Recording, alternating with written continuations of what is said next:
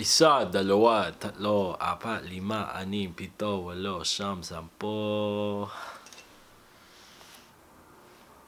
Ay, di ko alam. Ano ang sinasabi mo sa akin?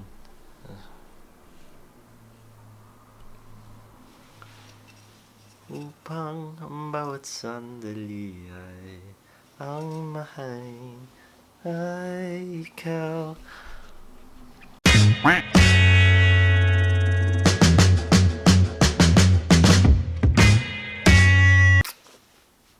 Maligayang pagdating sa aking YouTube channel! Ako si Alex. At nang ngayon, what are we going to talk about? It's like growing up as Filipino American in the US and specifically here in the Pittsburgh region. Okay, so last year in 2019, I decided to take an ancestry DNA test. Now, you know, you hear a lot of stories. Yeah, my mom, yeah, she's from the Philippines. She may have Japanese blood. She might have Spanish blood. And then on my dad's side, predominantly British, but who knows where it is specifically. I was really confused about, you know, who I was, especially when you grow up biracial here in the US, and it's like, I have a white dad, I have an Asian mother, specifically Filipino, and it's like, who am I? What is my identity? I was very intrigued to find out that I was indeed 50% Filipino, well, at least at the time, and 33% British, and it broke down, and it was really cool to find that out. I mean, over time it changed a little bit, add some little German into it. I knew I was about like 12% Indian around that, just because my grandmother's father is from India. It's a whole thing. It's a whole ordeal. It was really cool to find that out. Especially someone growing up biracial, it's very confusing to find out where you fit in. You're too Asian for your white family. You're too white for your Asian family. And you're just like, well, who am I and where do I sit in the middle of this? It's very hard when, you know, the first thing that is brought up is like, oh, you're too Asian for that, or you're too white for that. And you're like, okay, I'm like both. And what I think is really interesting, especially growing up, I remember back in high school, I worked at this movie theater. Shout out to North for Sales, I got to put that out there. But I worked in a movie theater in North for Sales, and I was just standing on door, and door is usually when you like tear the tickets.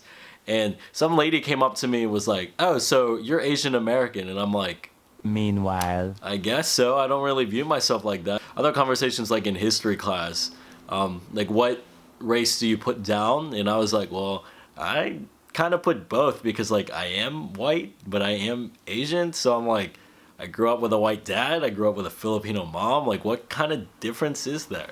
Especially growing up Filipino in the US, I think a lot of Filipinos, there's a lot of networks here in the US, you know, whereas Filipinos can get together. Everyone can relate most of the time having a Filipino mother, and there's always Filipino events, you know, karaoke, a lot of food like lumpia, chicken adobo, sinigang, lechon flan, like all that.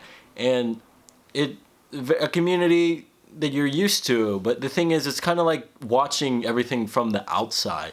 Like, you're part of it, but you're not part of it. And I think another thing that happens, especially here in the US, is Filipinos come to the US and then they, although introduce them somewhat to the culture, it's so, you're not part of it. Like, that's how I feel. Like, I'm not part of it. First thing is, they don't teach you like the language, and there's so many languages in the Philippines. But at least teach your children Tagalog. Like, I grew up my whole life knowing like a little bit, but nothing. So much lack of communication, and it's very universal, because especially with the Filipino Americans I grew up with, and I know it's not just us, but a lot of us cannot speak Tagalog. And that is the national language. Again, there's so many languages there. My mom's from the South. She knows Tagalog and Bisaya. I only know, manunod ako mag-Tagalog lang. Pero mas mahirap para sa akin at mas mahirap para sa amin din. Like, I've been to the Philippines a couple times, you know, and I'm very privileged to my parents literally scrounge up all the credit card money for us to go to there. But I got to go there when I was 5, like around 8 or 9. And then when I was 13, and then I went back with my mom like a couple years ago in 2017. And it's just, it was very it's a very fun time there, and I think I enjoyed it more when I was younger. But the last time I went there, it was very frustrating because a lot of them speak Bisaya, which is fine where like I was, but like how come I don't know Tagalog? My mom and I had this deep conversation, and this stemmed for a while, and like I get in arguments with her sometimes. How come I don't know this? How come I don't know this language? Like I literally lived at home for almost 18 years.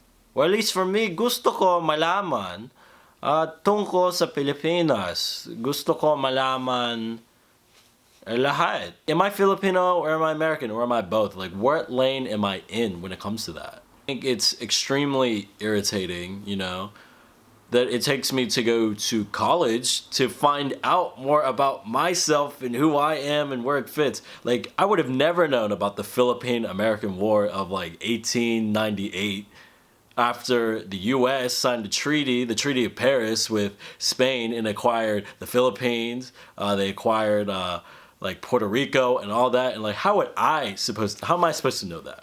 And how am I supposed to know about the revolutions that happened within the Philippines, especially under Spanish colonial rule, and then dealing with the decimation of Filipinos during World War II that no one talks about, like the Bataan death marches and everything in general. How am I supposed to know that? Well, you're in the U.S., you're American, you da da da, and I'm like, are you serious? Like, I am American, born and raised, but that's still me. Like, especially growing up here in Pittsburgh, I'm on the complete other side of the world.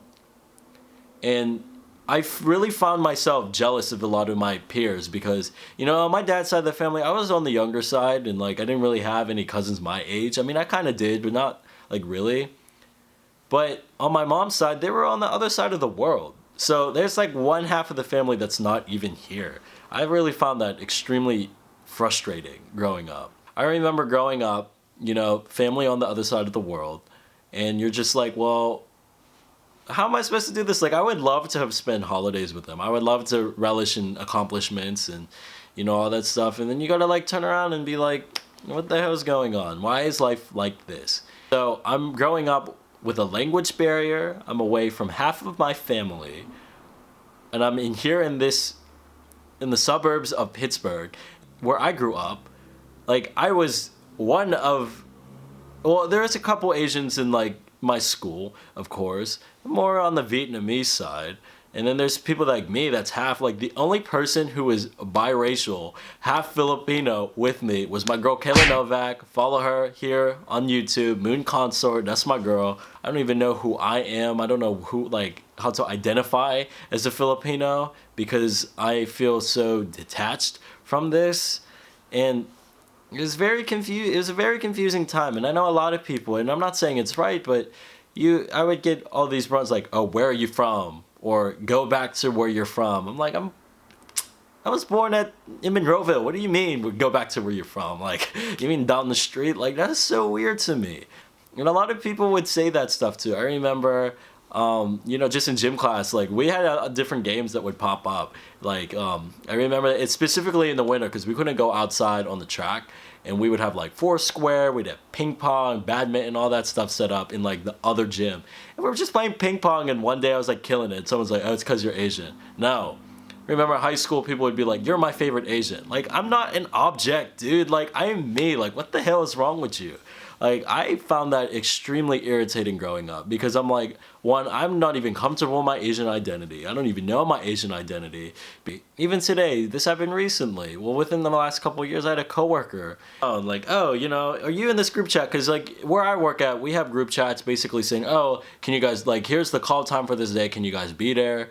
Because I work in a sports venue, so it's always like that. I'm walking to the elevator, and here he is just showing me, oh, like, are you in this group chat? I'm like, no, I'm not in it because I would have got notifications. He was like, oh, it would have been funny. Like, because here's the yellow text bubble. It would have been funny if that was you.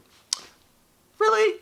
Are you trying to do like an Asian yellow joke on me? Like, come on. Are you serious? Like, is this really happening right now? And that's like minor. It's not like other racist stuff people deal with. My one friend Rylan was on the bus, and she's a darker Filipino girl. And some guys started screaming at her. Like, oh, you're Mexican, go home, da da da. You shouldn't be using that language towards people. And who cares if she is an immigrant or not? And two, She's not even Mexican, and I'm not like that shouldn't be towards Mexicans neither.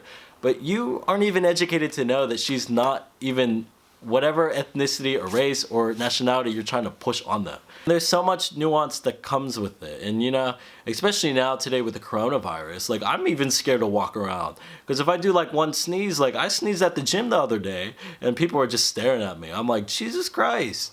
You know, I love living in this city, even though like I'm always complaining I want to leave, it's just because I'm tired all the time. But I want to feel very home here. Because this is my home. This is where I grew up. This is where I've done most of my life. So, if you guys want to see more content from me, hit the like button and press subscribe.